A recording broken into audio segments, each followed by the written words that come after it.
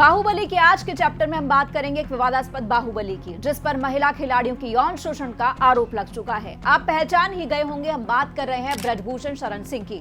ब्रजभूषण शरण सिंह का जीवन दिलचस्प रहा है, कई उतार चढ़ाव देखने को मिले हैं। तो आज बाहुबली के इस चैप्टर में इसी बाहुबली की बात होगी। ब्रजभूषण शरण सिंह का जन्म जो हुआ था वो 8 जनवरी 1957 को उत्तर प्रदेश के गोंडा जिले के जगदम्बा शरण सिंह और प्यारी देवी सिंह के राजपूत परिवार में हुआ था। अयोध्या के साकेत पीजी कॉलेज से उन्होंने कानून की पढ़ाई की। छात्र जीवन से ही राजनीतिक तौर पर काफी सक्रिय थे। युवा जीवन अयोध्या के अखाड़ों में गुजरा। पहलवानी की एक लंबे अरसे तक। पहलवान के तौर पर वो खुद को शक्तिशाली कहते हैं। कॉलेज के दौर से ही वो छात्र संघ के अध्यक्ष चुने गए और यहीं से उनकी सक्रिय राजनीति का जीवन भी शुरू हुआ। पढ़ाई और अपराध भी यहीं से शुरू हो गए। ब्रजभूषण शरण सिंह की हिस्ट्री शीट खुलने की बात करें तो 1987 में खुल गई थी और 2007 आते आते उनके खिलाफ 38 आपराधिक मामले दर्ज हो गए थे। खास तौर से चोरी, डकैती, हत्या, आपराधिक धमकी, हत्या का प्रयास, अपहरण जैसे संगीन आरोप लगे थे। और तो और गैंगस्टर और गुंडा एक्ट अधिनियम के तहत FIR भी दर्ज की गई थी। हालांकि उनके चुनावी हलफनामे के मुताबिक उन्हें ज्यादातर मामलों में बरी कर दिया गया। उन्होंने 1981 में केतकी देवी से शादी की थी और उनके 3 बेटे और 1 बेटी है। सन 1983 यानी 1980 का दशक। रविंद्र सिंह, ब्रजभूषण शरण सिंह और अवधेश सिंह तीनों में जबरदस्त दोस्ती थी। ठेकेदारी के धंधे में दुश्मनी आम बात थी। इसी बीच उनके दोस्त रविंद्र सिंह को किसी ने गोली मार दी तो ब्रजभूषण शरण सिंह ने गोली मारने वाले को उसी के पिस्टल से, उसी के राइफल से उसी को ठिकाने लगा दिया, यानी कि उसको मार दिया। ब्रजभूषण शरण सिंह पर मुकदमा चला मगर सबूतों के अभाव में उन्हें बरी कर दिया गया। ये बात खुद ब्रजभूषण शरण सिंह ने कबूल की है। उन्होंने माना था कि उनके हाथों जीवन में बस यही एक पहला और आखिरी कत्ल हुआ था। 1985 के आसपास छात्र नेता रहे ब्रजभूषण शरण सिंह ने राम मंदिर आंदोलन से अपने राजनीतिक करियर की शुरुआत की। यहीं से बीजेपी के साथ हो लिए और सक्रिय राजनीति में आ गए। वो विश्व हिंदू परिषद के दिवंगत नेता अशोक सिंघल के करीबी होने की वजह से बीजेपी में शामिल हो गए। इसी समय के आसपास उन्होंने नवाबगंज में नंदिनी नगर कॉलेज की स्थापना भी की थी,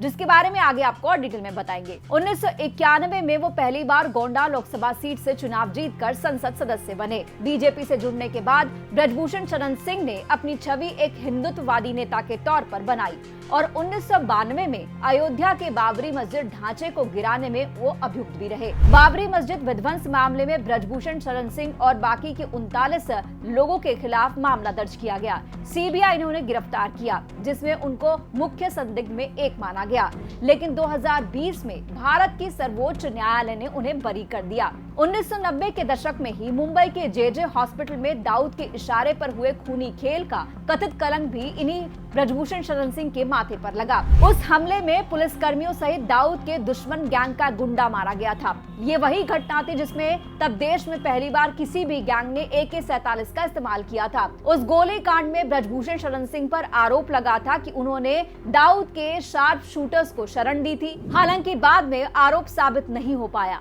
मुंबई के डॉन अरुण गवली के भाई का कत्ल हो या उसके बदले में गवली गैंग द्वारा दाऊद की बहन हसीना पारकर के पति का कत्ल का मामला क्यों ना हो, दाऊद गैंग के लोगों को तब शरण देने का कथित आरोप ब्रजभूषण शरण सिंह पर ही लगे थे। कोई भी आरोप बाद में साबित नहीं हुआ, ये बात अलग है। 1993 में टाडा के तहत उन पर दाऊद इब्राहिम के सहयोगियों की मदद करने का आरोप लगा, जिन्होंने कथित तौर पर मुंबई में JJ हॉस्पिटल में शूट आउट की प्लानिंग की थी। 6 महीने ब्रजभूषण शरण सिंह दिल्ली की तिहाड़ जेल में भी रहे। दिसंबर 1993 में ब्रजभूषण शरण सिंह पर विनोद कुमार उर्फ पंडित सिंह की हत्या के प्रयास का मामला भी दर्ज हुआ, लेकिन सपा सरकार में कभी कैबिनेट मंत्री रहे पंडित सिंह पर हुए जानलेवा हमले के मामले में 2022 को कोर्ट ने ब्रजभूषण शरण सिंह समेत तीनों आरोपियों को साक्ष्यों के अभाव में बरी कर दिया। 1996 में बीजेपी ने उनकी पत्नी केतकी देवी सिंह को गोंडा से टिकट दिया था, क्योंकि दाऊद इब्राहिम के सहयोगियों की मदद करने के आरोप में ब्रजभूषण शरण सिंह पर टाडा का मामला दर्ज था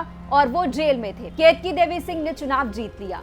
1999 में दोबारा गोंडा लोकसभा सीट से चुनाव जीता। फिर 2004 में बलरामपुर से वो फिर से सांसद चुने गए, लेकिन 2008 में बीजेपी ने संसद में विश्वास मत के दौरान क्रॉस वोटिंग के आरोप में ब्रजभूषण शरण सिंह को पार्टी से निकाल दिया। इसके बाद उन्होंने समाजवादी पार्टी का दामन थाम लिया। समाजवादी पार्टी ने उनको 2009 में कैसरगंज से लोकसभा का टिकट देकर अपना उम्मीदवार बनाया और यहां से उन्हें जीत भी हासिल हुई। फिर 2011 में पहली बार ब्रजभूषण शरण सिंह भारतीय कुश्ती महासंघ के अध्यक्ष बने। समाजवादी पार्टी के संस्थापक मुलायम सिंह यादव ने उनकी इस नियुक्ति में काफी अहम भूमिका निभाई थी। 2014 में ब्रजभूषण शरण सिंह ने बीजेपी में वापसी की, लेकिन तब भी उन्होंने यादव परिवार का साथ नहीं छोड़ा। 2014 और 2019 के लोकसभा चुनाव में बीजेपी ने ब्रजभूषण शरण सिंह को फिर से कैसरगंज का लोकसभा उम्मीदवार बनाया और दोनों ही बार उनको जीत हासिल हुई। 2021 में रांची में एक खेल का आयोजन हुआ था। इसमें ब्रजभूषण शरण सिंह ने मंच पर एक पहलवान को थप्पड़ मारा, जिसका वीडियो काफी वायरल हुआ। इस पर तो चर्चा हुई, लेकिन विरोध के सुर कुछ खास मुखर नहीं हो पाए। इतने सालों की राजनीति के साथ ही ब्रजभूषण शरण सिंह का साम्राज्य भी बढ़ता चला गया। ब्रजभूषण शरण सिंह ने उत्तर प्रदेश के देवी पाटन मंडल के 4 जिलों गोंडा, बहराइच, बलरामपुर और श्रावस्ती में 5 दर्जन से ज्यादा डिग्री कॉलेज और इंटर कॉलेज खोल दिए, जिसके वो मालिक हैं। लगभग 60 शैक्षणिक संस्थान ब्रजभूषण शरण सिंह ने खुद खड़े किए हैं। ब्रजभूषण पर नकल माफिया होने का भी आरोप लगा है। उनके पास एक होटल है, शूटिंग रेंज है और एक कुश्ती अकेडमी भी है। उनके पास खुद का एक हेलीकॉप्टर भी है। गोंडा और आसपास के कई जिलों में उनका दबदबा है। उनका असर इतना है कि कई जिलों में जिला पंचायत से लेकर विधानसभा चुनाव तक में उनकी ही मर्जी चलती है। ब्रजभूषण शरण सिंह न सिर्फ गोंडा बल्कि अयोध्या, श्रावस्ती, बाराबंकी समेत आसपास की लोकसभा सीटों पर अपना अच्छा खासा दबदबा रखते हैं। 2023 में ब्रजभूषण शरण सिंह पर 2 नाबालिग समेत 7 महिला पहलवानों ने यौन शोषण के आरोप लगाए। बजरंग पुनिया, विनेश फोगाट, साक्षी मलिक जैसे शीर्ष पहलवानों की अगुवाई में देश के 30 से ज्यादा भारतीय पहलवान कुश्ती संघ के तत्कालीन अध्यक्ष ब्रजभूषण शरण सिंह के खिलाफ धरने पर बैठ गए। पहलवानों ने ब्रजभूषण पर मनमाने तरीके से कुश्ती संघ चलाने, महिला पहलवानों और महिला कोच का यौन शोषण करने का आरोप लगाया। भारतीय ओलंपिक संघ और सरकार ने इस मामले में जांच के लिए समितियां गठित की। जांच के चलते ब्रजभूषण शरण सिंह को अपने पद से हटना पड़ा और उनका खेल से संबंधित गतिविधियों में शामिल होने पर प्रतिबंध भी लगा दिया गया। पहलवानों की शिकायत पर ब्रजभूषण के खिलाफ 2 एफआईआर दर्ज की गई। पहली एफआईआर में 6 वयस्क महिला पहलवानों के आरोप शामिल थे, तो वहीं दूसरी एफआईआर एक नाबालिग की पिता की शिकायत पर दर्ज की गई थी। हालांकि नाबालिग पहलवान ने बाद में अपने आरोप वापस ले लिए। ब्रजभूषण शरण सिंह का मामला कोर्ट के समक्ष भी गया, लेकिन उनको नाउमीदी हाथ लगी। उनके खिलाफ दर्ज एफआईआर, चार्जशीट और निचली अदालत द्वारा आरोप तय करने के आदेश को रद्द करने की मांग करते हुए याचिका दाखिल की गई थी। उन्हें दिल्ली हाई कोर्ट से कोई राहत नहीं मिली। फिर 2024 के लोकसभा चुनाव आ गए। यहाँ बीजेपी असमंजस में थी कि ब्रजभूषण को टिकट दिया जाए कि नहीं देती टिकट तो राजपूतों की नाराजगी झेलनी पड़ती। ब्रजभूषण का दबदबा 4 लोकसभा सीटों पर है, जिस पर रिस्क नहीं ले सकती थी। आखिरकार ब्रजभूषण के बेटे करण सिंह को टिकट दिया गया कैसरगंज से, जहां से करण ने जीत भी हासिल की।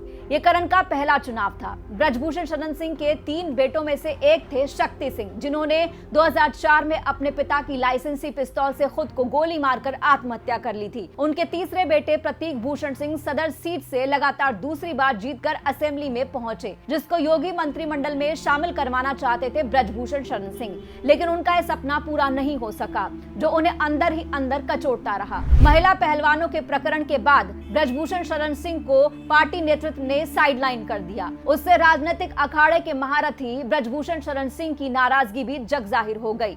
इतना ही नहीं, पार्टी से नाराजगी तो चल ही रही है, लेकिन साथ ही वो अपना साम्राज्य मजबूत करने में लगे हैं। देखना होगा कि आगे राजनीतिक जीवन इस बाहुबली का कहां जाता है। बाहुबली के आज के चैप्टर में इतना ही। नमस्कार।